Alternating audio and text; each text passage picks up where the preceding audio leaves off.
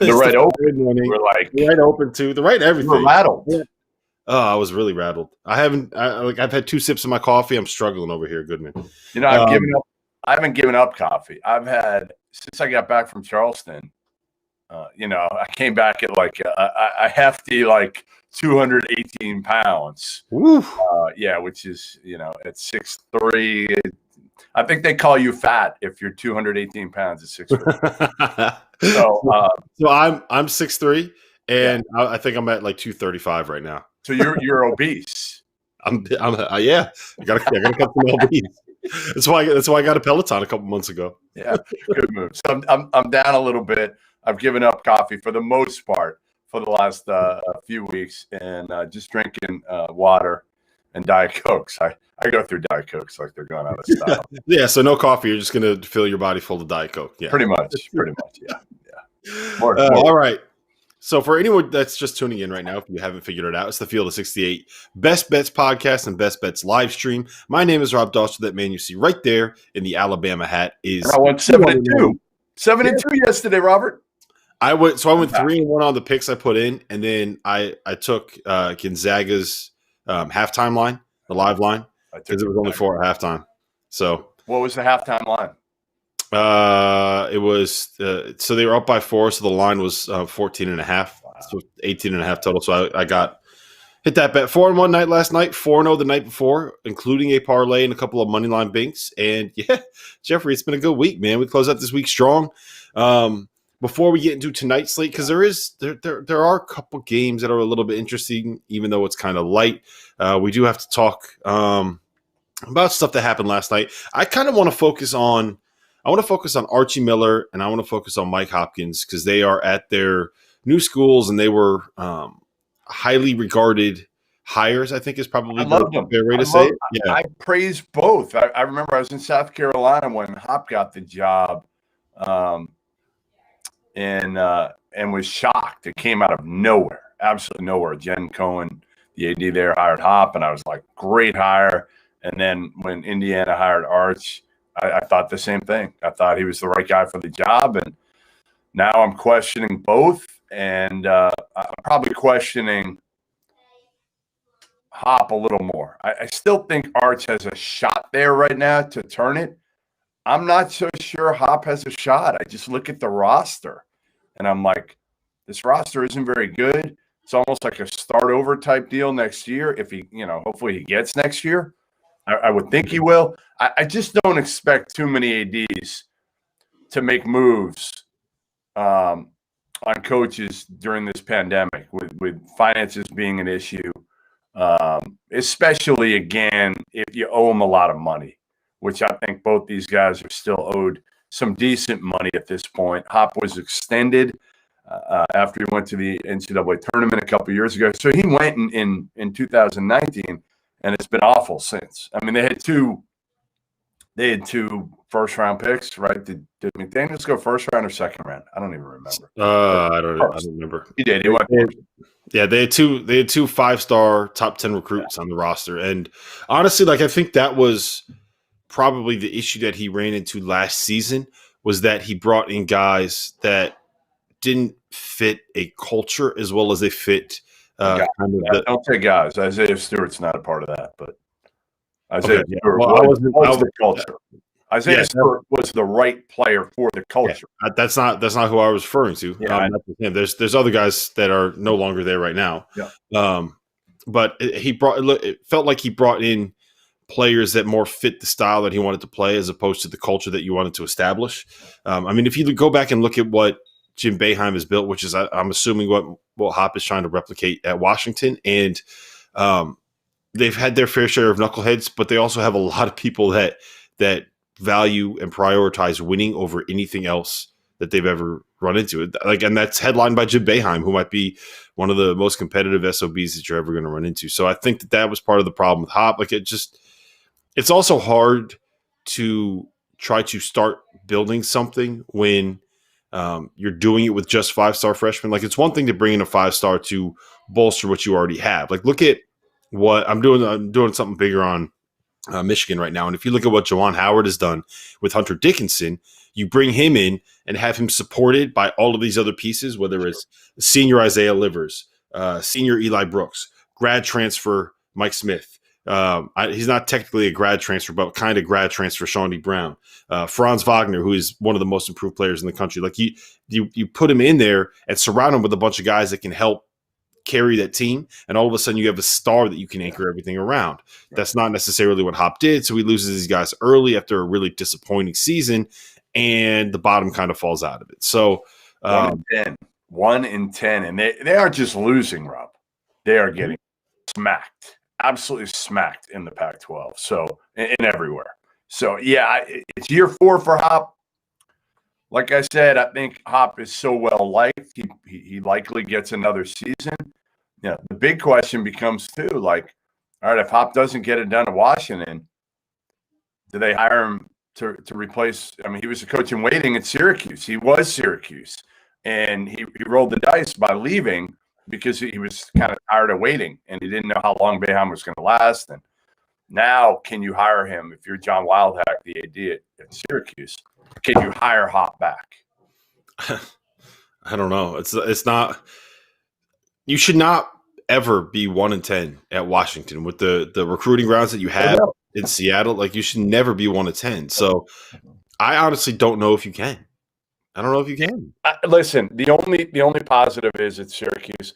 Like, Devo's been talking. Eric Devendorf on his pod has been talking lately to a bunch of guys and about that question. You know, Jason Hart said, yeah, you can bring him back. You can bring him back. And Devo said the same thing. But those guys want back, frankly, and they've said it, even Derek Coleman. They want him back because they don't want to be left out in the cold. They love being a part of that program. And they're afraid if you bring an outsider in, that they're not going to have the same access. That's the word they use the most is access. All they want is to be able to run in and do what they want because it's Boeheim, right? And if Hop gets the job, they have probably even more access. Yeah, DC told a story on Devo's pod, which dropped yesterday, that he used to go into, like, at the Big East tournament, there was a game when they were down by 15 to Georgetown at halftime. So he left his seat in the arena, walked back into underneath Madison Square Garden, and walked into the locker room. Just like, what the fuck are you guys doing? You got to get it together. There was another one where he said he walked up to the bench during a timeout and he walked into the huddle and just started screaming at the team. And Boeheim was like, you hear what Derek said, get back out there. That's the best part. Most coaches be like, get the fuck out. Boeheim's like, yeah, whatever. So I think we also need to talk about Archie because I think it's a little bit different for him at Indiana. Like, it's clear that he has not gotten this thing rolling. Right. It's also clear that the expectation of Indiana fans to have someone come in and boom, flip that thing immediately. It's what drove Tom Crean out, and eventually it's probably going to be what drives Archie Miller out. You know, it's funny because I made excuses for Arch, and I thought they were valid early on. Like, first couple of years, I thought Crean left him with jack shit, and then he had some injuries. So, you know, they're 16 and 15 the first year, they're 19 and 16 the second year, and they're under 500 the second year in league play. And I'm like, all right, listen, settle down. He'll get it going. And they haven't really been able to. I thought they maybe get over the hump this year. They bring in the kid Christian Lander with high expectations. He's not ready. You know, he was classified as a point guard, and he's not ready. And I think everybody thought he'd be the difference maker because you have one of the better bigs in the country in Trace Jackson Davis. You know, Finney's always hurt, it feels like. Franklin's hurt now. Their margin for error is so small, especially in this year's Big Ten. Mm-hmm. That, like, everything has to go perfect for them, and it hasn't. And that, again, that's no excuse. I think Archie Miller would be the first one to tell you we should be better than we are right now. We should be better. The program should be in a better state than it is right now. I still wouldn't give up on Archie Miller as the coach at Indiana. I don't know who you're bringing in that's going to be able to do better. It's been a long time since, you know, they had a couple blips with Tom Crean, but other than that, they weren't very relevant nationally. You know, again, you're not getting Brad Stevens. You're not getting Chris Beard to come to Indiana. Like, who are you getting that's going to be better than Archie Miller? I don't know. And the other thing, I think I never thought this job fit Arch great. Now, again, that's not to say I think he's a hell of a coach, and he proved that at Dayton. But I felt like in Ohio State, it was a better job, and I really feel like that was the one he kind of wanted. And it opened right after he took Indiana. If you remember, that's when Gene Smith and Thad Matta parted ways, and they hired Holtman. Archie had been an assistant at Ohio State. It kind of fits him a little bit more. Like Indiana, you're in that fishbowl. And that's not Archie. It's kind of same thing with Sean at Arizona. Ohio State, he'd rather be the second kind of fiddle and just coach. Like, that's what the Millers want to do, is just coach ball. Yeah, and I think he's also had a little bit of, what's the best way to phrase it? It's a little bit like Shaka in the sense where he keeps getting guys and they keep ending up leaving a year earlier. It's hard to build, like we mentioned with Hop, it's hard to build a program and build a culture and build that level of consistency when you bring in like Romeo Langford and he's gone in a year after being banged up the whole time. Or, you finally. I mean, everybody and their mother knew that Romeo Langford. Yeah, no, I know, but it doesn't make it any easier when you're trying to build something and you bring in this star and you build your offense around the star for a year and then he's gone. Like that's not an easy thing to do. And like we saw, like Shaka had trouble with it at Texas too. And he finally had a chance where he got some continuity. He's got an old backcourt and he's got all these veterans and he surrounded them with a couple of really young, talented guys. And boom, Texas is a top 5 team, right? Like, I'm not saying that there's a guarantee that Archie will turn Indiana into a top 5 team, but like in an era where everybody is trying to get old and stay old, he had to bring in a 17-year-old point guard that reclassified to try and solve his issues at the point guard spot. Like that should tell that sums everything up that's going on with Indiana right there. Yeah, and the expectation great as your first guard off the bench. Rob Fincey would be great. If they had a high level point guard right now, to me, Indiana would have 2 more wins. You wouldn't even be talking about this. And it's not just like it's the 3-point shooting too. Like, other than Armand Franklin, they don't really have anybody that can make a shot. And Archie, like, is just, it seems like he's kind of insistent on playing Race Thompson and Trace Jackson Davis together. And you just, today's day and age, that's not what you want to be doing. But again, like you said, you're shooting 32% as a team from 3. What do you do? I'll tell you, can't make shots. Yes, I think you have to go out and recruit some people in the state of Indiana to make some shots. Like, it's the same thing we're talking about with Kentucky. Like, shooting should not ever really be an issue for you. There could be guys that you bring on the floor that maybe aren't great at other things, but there should always be options that can make shots. Like, you shouldn't like it's in this day and age when Corey Kispert. Look at Corey Kispert, right? They recruited him as a shooter. Shooter. He's gotten better at everything else, right? I mean, he can put the ball on the floor now. He can guard. He's tough as shit, but like, he had size and could shoot the ball. You're telling me Kentucky or Indiana wouldn't love to have Corey Kispert right now? Well, I mean, here's the proof, right? Duncan Robinson has become one of the most dangerous weapons in the NBA because of his ability to sprint off screens and the way that all right. So hold on, let me recycle. We talk about how Cade Cunningham's passing manipulates defenses because of the threat of it, right? And how there's no shooting and that limits it. The thing about Duncan Robinson is when he runs off of a screen, that manipulates defenses too. It's the gravity that a shooter has. It's the threat of the fact that he makes the shot that forces a defense to have to adjust and to have to move and to have to be manipulated and to get knocked out of position. And then that is what opens things up for like one of the best low post scorers in college basketball. Like, the biggest issue that Indiana has is that Trace Jackson Davis is awesome. Yep. But when there's 19 guys in the paint around him, like, what do you want him to do? He's not a guy that's stepping out on the perimeter. He's the throwback, back to the basket, old school, low post bucket getter.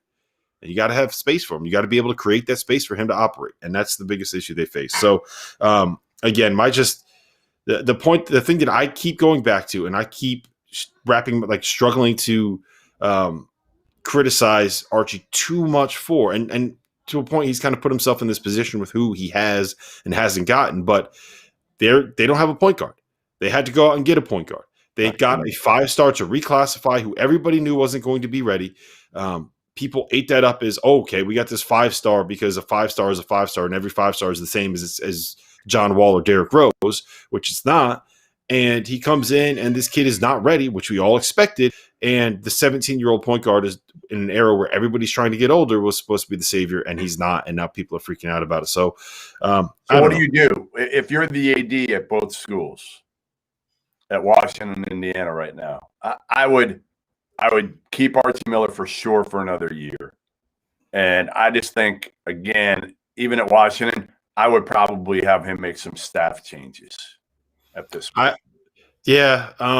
With Hop's a little tougher. Like, sure, I kind of want to see. I want to see how the season ends. Like, to me, it's very hard to criticize someone in that situation, given what we're going through in the country right now. Like, they lost Naz Carter because of everything that was happening there. We don't know what's going on within the locker room based off of everything that's happened. I guess there was a rape allegation, sexual assault allegation with Naz Carter. And I can't remember if he was kicked out of school or if he just left school or what it was. Yeah, but he was asked to leave. He was asked to leave. It's not a great situation. So I would see how the season ends with Hop, and if like they're improving and they're getting better, then I give them another chance. Like, I think it's just it's tough in the middle of what we're going through as a country. And she hired him, so to me, she's got to justify bringing a guy 3,000 miles away. And again, everybody lauded the hire. Everybody. I mean, everybody. So work. So I think you give him one more year, and with Archie, my big thing is like, if you fire him, you're just going to flush more buyout money down the drain. You're going to have to go pay for another coach. Right. And unless you like have the guy that's going to solve all your problems, like, I don't know, like who are you going to go after? Like, is Eric Musselman going to be the answer at Indiana? No. Like, no. I mean, Porter Moser? No. Like, you can get an alum like a Dane Fife or someone like that. But they're again, like, to me, you got to give him one more because of what he inherited. To me, you got to give him one more, and with everything that's kind of gone wrong. And again, listen, he deserves part of the blame for it, no doubt. But I would certainly give him one more. Remember, they were going to make the tournament last year. They were probably going to make it. So, is making it good enough for Indiana fans? No, I get it. They want second weekend and then Final Four.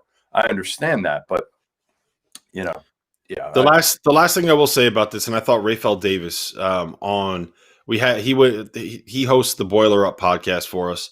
He was on live on a post-game show with AJ Guyton, who hosts House of Hoosier last night. And I thought he made a very, very insightful point when he said that Purdue fans, their goal heading into a season is to win a Big Ten championship, whether it's a Big Ten regular season title or a Big Ten tournament title. Like, their goal is to win a Big Ten championship, and anything else that comes is just icing on the cake. Indiana fans, their goal heading into a season is to win a national championship. And when you set that level of expectation, it creates a level of disappointment when you are not winning, like when you're not a top 5, top 10 team in the country. And you can't just snap your fingers and make yourself a top 10 team in the country. So while I do think that it is more than fair to start having these conversations about what Archie Miller has accomplished at Indiana, I'm not at the point where I think it's right to say, get that guy out of Bloomington. We got to fire him. But I was also the one saying that, like, Tom Crean won 2 Big Ten titles in his last 5 years at Indiana. Like, I don't think that you should fire someone that's won 2 conference titles in the span of 5 years. So it is what it is. Let's talk about tonight's slate. The big game is Wisconsin at Rutgers. Wisconsin is currently laying 3. What do you like there, Jeffrey? It's a tough one for me. I mean, both of them are hungry for a win, right? I mean, Rutgers has lost a couple in a row. Wisconsin just got absolutely embarrassed by Michigan. They're both teams that at one point or another were like, in the top 10-ish. I like the under. You didn't close the door today, Rob? No, it's we got a new lock, but she's just at the door screaming, banging on the door. Your daughter No. learned how to pick the lock. No, so like she did not. She's just at the door, banging on the door, going, "Dad, dad, door, because she wants me to open the door to get on the stream. So all I did was Listen, was she make it wants to get louder her in here. pick in Wisconsin-Rutgers. I don't blame her. So I love Wisconsin in this spot. Yeah, you like Wisconsin. Here's why I like the under. I like the under because teams are going to be so revved up for this, and this game is going to be all about toughness. Whoever plays tougher in this game wins this game. Wisconsin, again, embarrassed, absolutely humiliated in that last game. Rutgers lost 2 in a row. Ohio State at home, not a great loss. What's Rutgers known for? There you go. What's Rutgers known for is getting notifications while they're on a live stream. So here's my take on this game.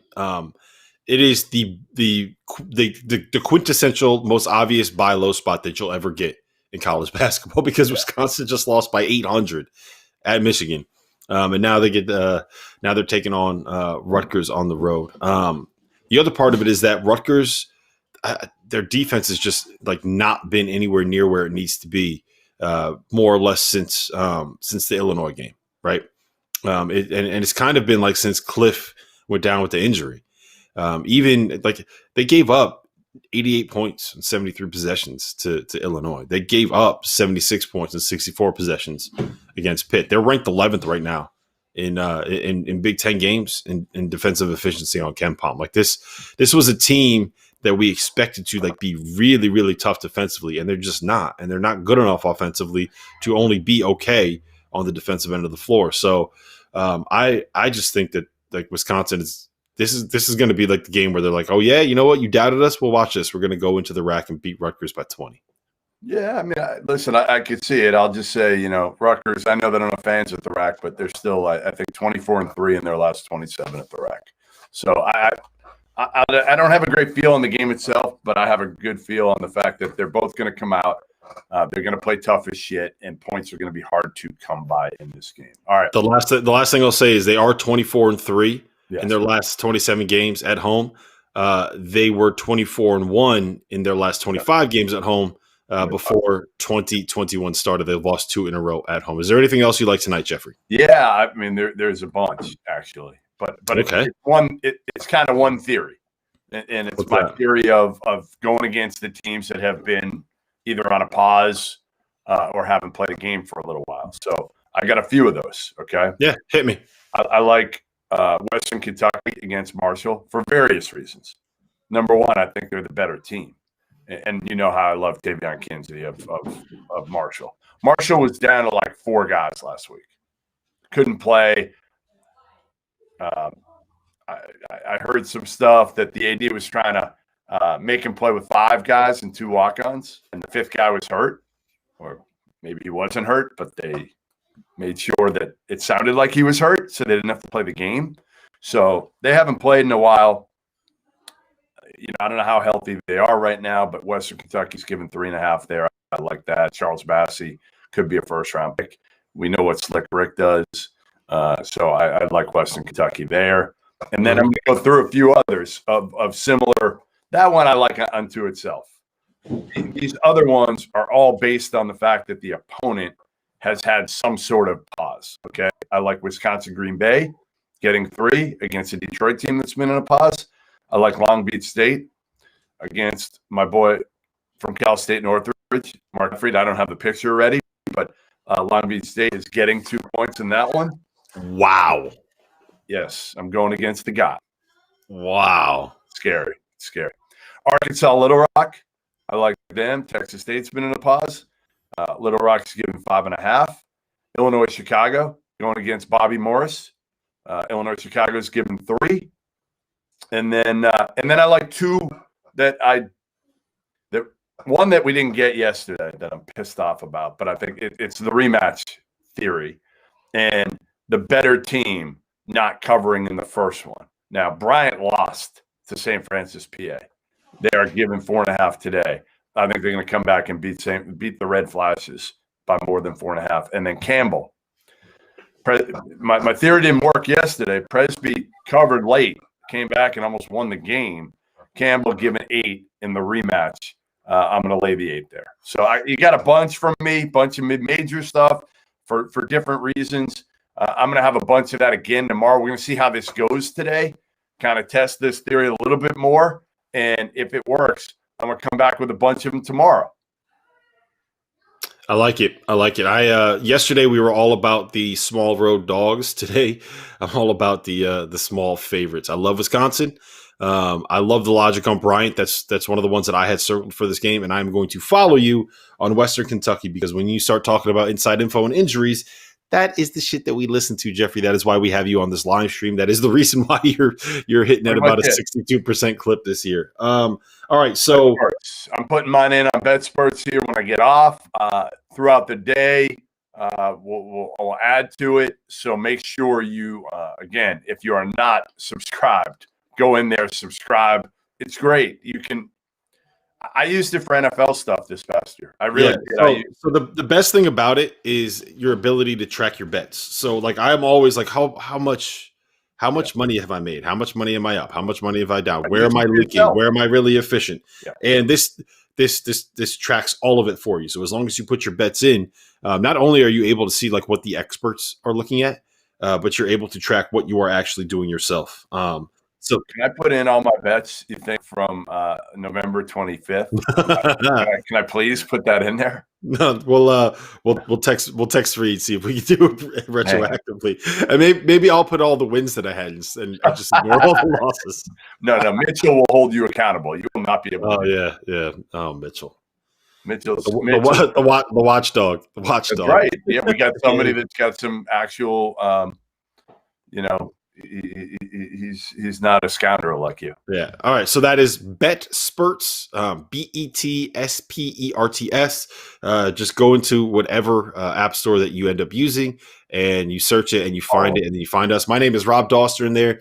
He is Goodman Hoops.